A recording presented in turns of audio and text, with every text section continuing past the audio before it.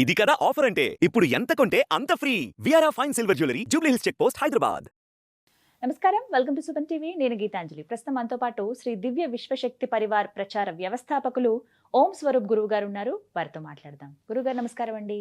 శుభమస్తు.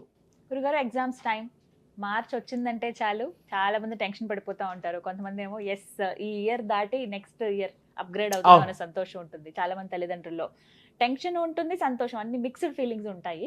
ప్రత్యేకించి ఎగ్జామ్స్ టైంలో పిల్లలకి కాన్సన్ట్రేషన్ పెరగాలి, వాళ్ళు ఈ సంవత్సరం పాటు చదువుకున్నదంతా ఎగ్జామ్ లో చాలా చక్కగా రాయాలి, ప్రెజెంట్ చేయగలగాలి అంటే ఎలా అండి? హౌ వాళ్ళ నాలెడ్జ్ ని, వాళ్ళ కాన్సన్ట్రేషన్ ని ఎలా కాన్సన్ట్రేషన్ పెంచుకోవడానికి మనకి పూర్వ పద్ధతుల్లో మన సాంప్రదాయంలో ఉంది. సరే, దేవతా బీజాక్షరాలు కూడా మనం పట్టించవచ్చు. ఏక బీజాక్షరం ఉంది, ఐం, సరస్వతి బీజం. దానివల్ల జ్ఞాపశక్తి చదువుకుంది బుర్రలో ఉంటుంది. కాన్సన్ట్రేషన్గా కనుక మనసు పెట్టి ఐంకారం ఓంకారం లాగా ఐంకారం చేస్తే తప్పకుండా వారికి జ్ఞాపశక్తి ఉంటుంది, చదివింది గుర్తుంటుంది. బాగా శ్రమతో వాళ్ళు కాన్సన్ట్రేషన్ చేస్తే చదువుకుంటారు. ఇది కూడా దానికి తోడవుతుంది. ఆ దైవశక్తి కూడా ఆ బలాన్ని పుంజుకొని వాళ్ళు చక్కగా రాయడానికి వీలవుతుంది. తల్లులు కూడా మరి ఇంట్లో పిల్లల తల నిమురుతూ కూడా ఈ ఐంకార బీజాన్ని స్మరిస్తూ గనక ఇలా ఇలా తల నిమురితే కూడా వాళ్ళలో ఆ సరస్వతి అనుగ్రహం కూడా ప్రవహిస్తుంది, ప్రసరిస్తుంది. చాలా మంది చెయ్యొచ్చు. తల్లిదండ్రులు చెప్తూ ఉంటారండి, చదువుతాడు బాగా మా అబ్బాయి, గుర్తుండటం లేదు, గుర్తుండట్లేదు. ఇది చేస్తే గుర్తుంటుంది. అవునా? సరస్వతి బీజమే ఐంకారం, ఐం అంటాం. ఇప్పుడు కొంతమంది చిన్నపిల్లలు చేయలేరు కదండి, అందుకని తల్లులు నిమరచ్చు. నిమిరితే వాడికి అది అంటే తల్లులు అప్పుడు స్మరించుకుంటూ ఉండాలా, ఐంకారం చెప్తూ తల నిమురుతూ ఉంటే సరస్వతి మాత నిమురునట్టే. ఈ తల్లి కాదు, ఆ తల్లే నిమురుతున్నట్టు లెక్క, ప్రసారం చేస్తున్నట్టు లెక్క, ప్రసాదిస్తున్నట్టు లెక్క, ప్రవహిస్తున్నట్టు లెక్క. ఇది తోడవుతుంది. ఎవరన్నా మామూలుగా చదువుకున్న వాళ్ళు దేవుడు అవన్నీ పెద్దగా పట్టించుకునే వాళ్ళు, చదువుకొని పాస్ అయిన వాళ్ళది గొడవే లేదు, అది వేరు. ఎవరికైతే కొంత మరుపు ఉండేవాళ్ళు, ఇలాంటి వాళ్ళు గనక ఇది తీసుకున్న తర్వాత నీళ్ళల్లో కూడా మనం ఐం బీజాన్ని మనం స్మరిస్తూ ఇలా గ్లాస్ నీళ్ళు తీసుకొని పైన మూతలాగా ఈ చెయ్యే పెట్టి ఒక 100, 200, 500 వాళ్ళ ఓపికనంత చేస్తే ఈ ఐంకారం యొక్క కిరణాలు శక్తి తరంగాలుగా మారి శక్తివంతంగా నీరు మంత్రతీర్థంగా అయి అది కూడా తీసుకోవచ్చు. కానీ అది ఎంగిల్ లేకుండా పైనుంచి తాగాలి. మంచి వెండిదో లేకపోతే గ్లాసో ఏదో ఒకటి, అది విడిగా పెట్టకోవాలి, తాగకుండా పెదాలకు తాగకుండా పైనుంచి తాగాలి. అంటే స్వచ్ఛతగా ఉండాలి.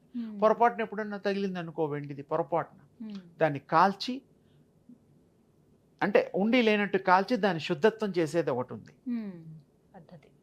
అలా చేస్తూ కూడా వాడచ్చు. వాడిన గిన్నెల్ని మళ్ళీ వాడడానికి అదొక పద్ధతి ఉంది.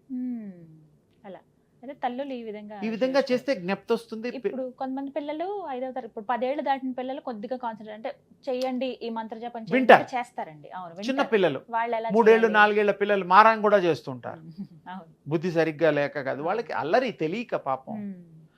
కొంచెం చెప్పగలరు వీళ్ళు మంత్ర జపం చేయగలరు అన్న పిల్లలకి ఎటువంటి మంత్రం చేయొచ్చండి? ఐంకారమే గుర్తుకి. ఎన్నిసార్లు చేయాలి అలా? అంటే ఎంత అంటే కనీసం ఒక 10 నిమిషాలన్నా చేస్తే నిమిషానికి గంటకి 3600 సార్లు అవుతుంది. సెకండ్లు లెక్క ఉంది దానికి. ఒక 10 నిమిషాలన్నా చేస్తూ చేస్తూ చేస్తూ ఉంటే కొంచెం కొంచెంగా ఆ యొక్క శక్తి ఇంజెక్ట్ అవుతూ ఉంటుంది బాడీలోకి, స్వీకరిస్తుంటుంది, బాడీ కూడా అలవాటు అవుతుంది.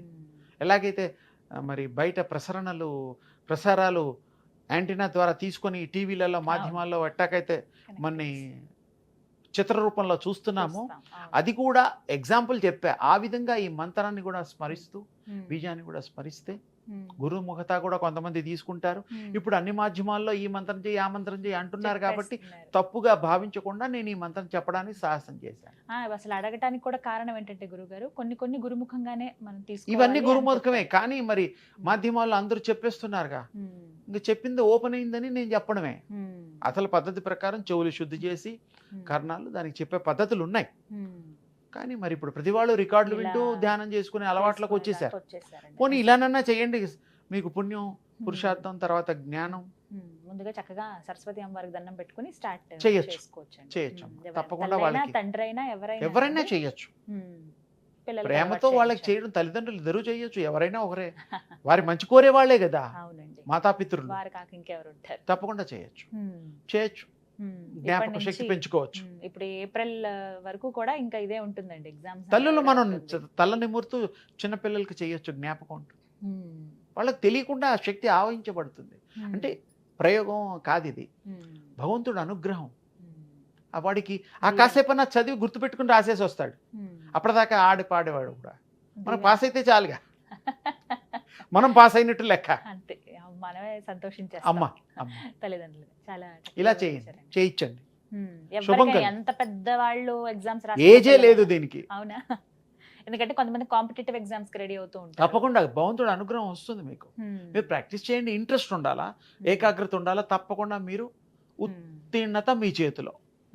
అవి చేస్తే సరిగ్గా చేయాలి. సరిగ్గా చేయకుండా అంటే మరి బాగా చదవకుండా ఉంటే పరీక్ష పాస్ అవుతామా? కాంగా. లేదు, ఏదైనా నేర్చుకుంటే అభ్యాసం కూసు విద్య. బాగా నేర్చుకుంటేనే వస్తుంది. వస్తుంది. ప్రతిదీ మీ చేతిలో హస్తగతం అవుతుంది. చేయించండి. కాన్సంట్రేషన్ ఉండాలి. వాళ్ళు లాభం పొందాలని మనస్ఫూర్తిగా సంతోషం గురు. వాళ్ళకి సరస్వతి అమ్మవారు సంపూర్ణ అనుగ్రహం ఇవ్వాలని కోరుకుంటూ ఆశీర్వదిస్తున్నాను. ధన్యవాదాలు.